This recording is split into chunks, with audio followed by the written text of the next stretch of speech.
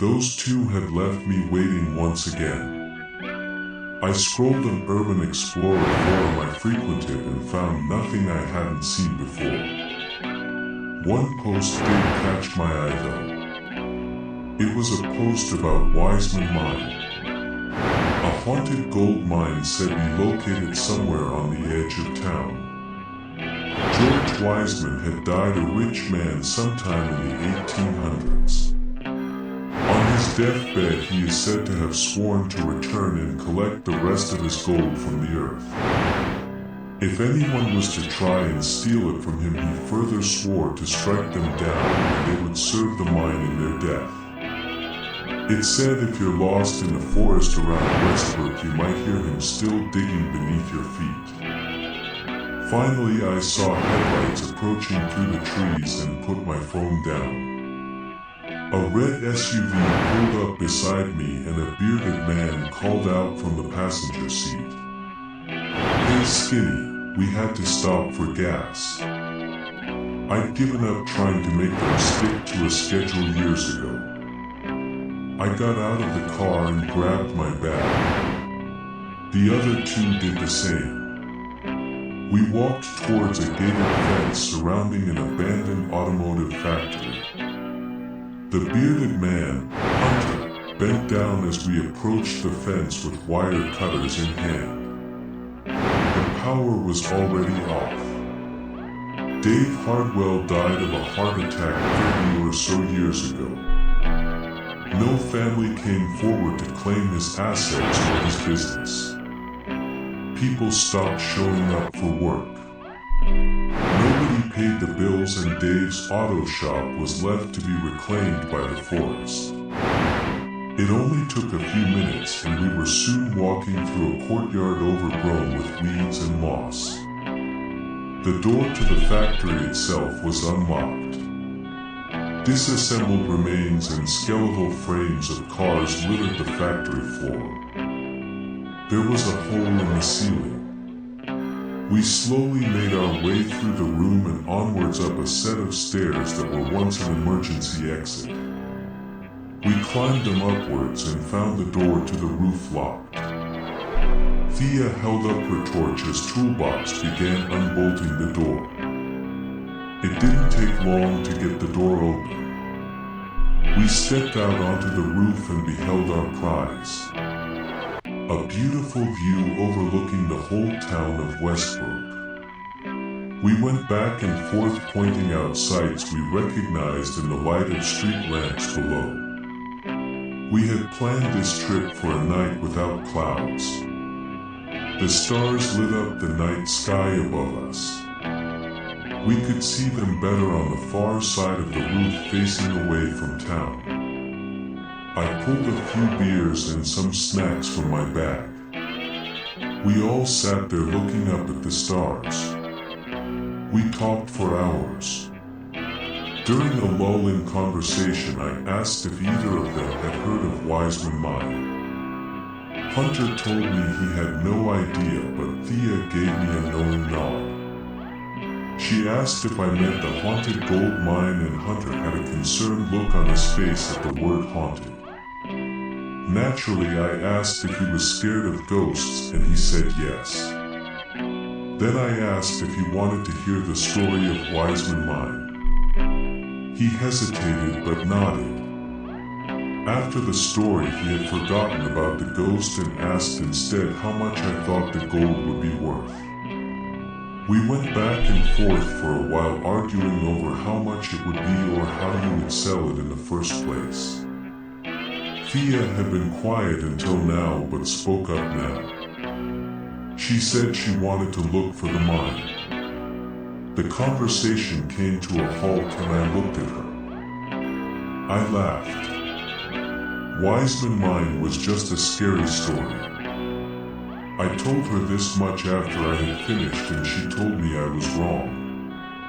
She said a trusted source mentioned rumors it was a few miles west of Barbers Avenue.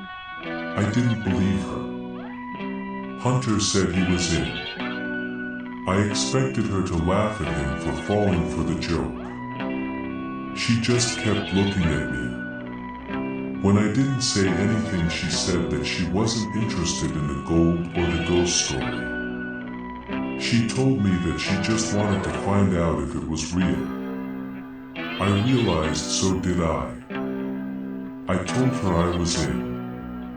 We planned to meet up 3 days from then and make our way out to look for the mine. The next day a storm blew in and didn't give up for the better part of the week. I used this time to research what I could find about Wiseman Mine. The supposedly real Wiseman Mine, not the ghost story people told. I found nothing helpful except for one article in a newspaper from 1902. A local man, Joshua Higgs, had died from falling into a collapsed mine shaft. The odd thing was, in the fall he had impaled something sharp struck through his skull. They said he was unrecognizable. Only the ID in his wallet identified him. It was ruled an accidental death and the mine shaft tunnel was filled over. At the end of the week the rain had passed. We started our search early at 6 a.m. The night before I had a strange dream. I woke up in my bedroom. There was no furniture inside except for my bed. I could hear something faintly. A repetitive banging. It was coming from downstairs. I woke up the next morning and shrugged it off as a strange dream. I got ready for the search and drove out to the start of Barbers Avenue. The other two were early. We drove for an hour. About halfway through the paved road gives way to packed dirt. Barbers Avenue led north in the opposite direction of the automotive factory. It ended in an interstate highway headed towards the coast. It was mostly woods and hills between us and there. I pulled out a map with a few locations circled that I thought looked good to search. Thea added a few more and we set off searching for George Wiseman's gold mine. Later that day we left the woods tired and bruised. I got bit by ants. Hunter got stung by a bee. We had covered half the ground we expected to and found nothing. 3 days of searching later we found it. It was late afternoon on the 4th day. We were heading back and a fallen tree trunk blocked our path. The dirt around its roots was sunken several feet into the ground in an odd pattern. I remembered the article I read a few days prior and pointed out the small sinkhole to the others. We all started to dig. The soil was still damp from the rain and it made the digging easier. 20 minutes later our shovels burst through into open space. Dirt piled into a mineshaft tunnel about 4 feet below us. The gap we could see through was small. The sun was starting to set and so we all prepared to return the following morning. That night I had the same strange dream. My bedroom empty. A faint banging noise from below. I went to go downstairs and investigate only to find the door to my room was locked.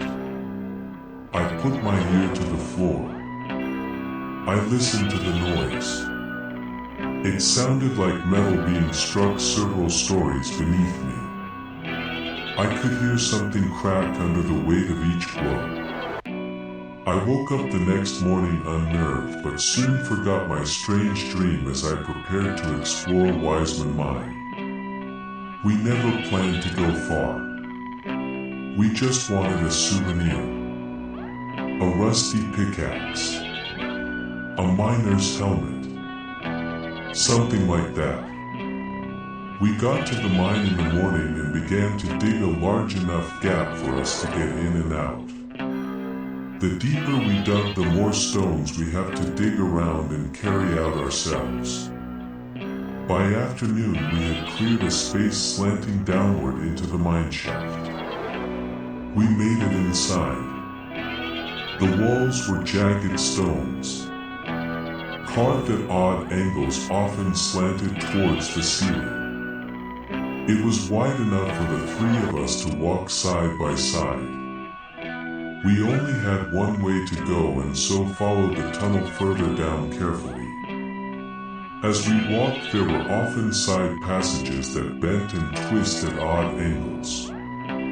We came to a dead end. We made our way back towards the exit, taking our time to inspect the side passages more thoroughly. They must be the space left behind once the ore was mined. A few rocks sparkled in the torchlight. We could see markings of where a tool scratched the rock. Hunter found a nugget of gold ore. It was still embedded inside of one of these side passages walls.